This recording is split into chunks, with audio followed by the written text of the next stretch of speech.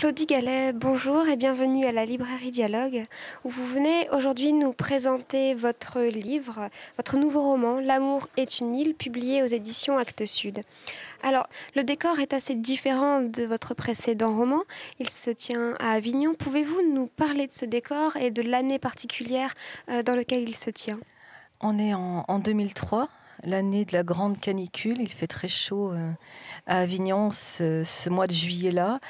Et c'est la grève des intermittents. Donc la ville c'est une ville close qui est enserrée dans ses murs.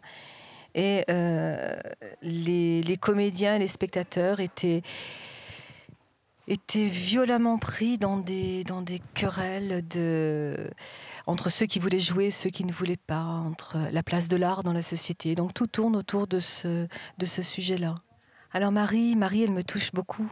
J'ai eu beaucoup de tendresse d'écrire et de la suivre tout au long de ce roman. C'est une jeune fille, elle a 17, 18 ans. Elle a traversé toute la France pour entendre les mots de son frère, les mots que son frère avait écrits. Son frère était un dramaturge, il avait écrit une très belle pièce. Elle aimait énormément son frère, ils avaient une relation très fusionnelle l'un avec l'autre. Et son frère n'est plus là, son frère est mort. Elle n'arrive pas à se détacher de lui, donc elle a fait ce voyage pour voir jouer sa pièce et essayer de le retrouver, de faire son deuil, en tout cas de sauver sa mémoire au travers de ce spectacle-là. J'aime bien toucher les renoncements, aller dans ces failles-là. Et donc ça fait un contraste avec ce qui se passait à Avignon en 2003. Vous avez écrit Les Déferlantes, qui a connu un succès incommensurable. Aujourd'hui, votre livre s'apprête à être adapté au cinéma. Est-ce que vous arrivez à vous en détacher, ou est-ce que vous aurez toujours ce regard et le mot à dire pour la réalisation de ce film, par exemple ? J'arrive à m'en détacher et j'ajouterais que c'est une très bonne chose. Il faut se détacher pour pouvoir écrire d'autres livres. Ça, c'est essentiel. Ce film va être fait. C'est Éléonore Fauché qui est la réalisatrice. Elle est allée à La Hague. Ça sera filmé là-bas.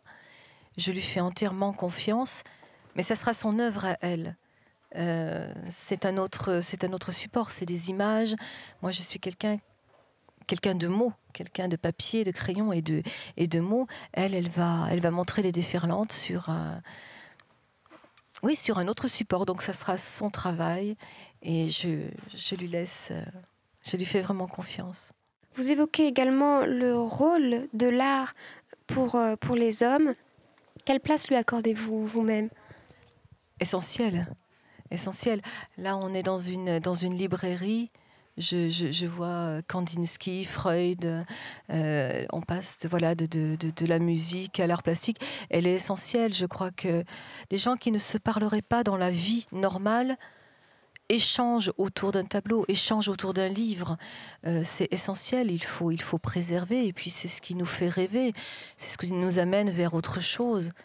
Moi, l'art m'a sauvée. Je me rappelle, j'ai peut-être pas le temps là de la raconter, mais la première fois que j'ai entendu Bach au lycée, c'était un professeur qui jouait ça dans sa salle de classe entre midi et 2 quand il n'y avait plus d'élèves dans le lycée. Et moi, je venais dans le couloir et je m'asseyais pour l'entendre.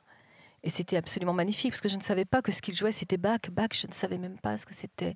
Mais un jour, vous entendez ça et vous sentez qu'il y a là quelque chose qui est plus grand et peut-être même un peu plus important que le manger et le boire, même si le manger et le boire sont essentiels pour nous maintenir en vie. Mais en tout cas, c'est tout aussi important que le manger et le boire.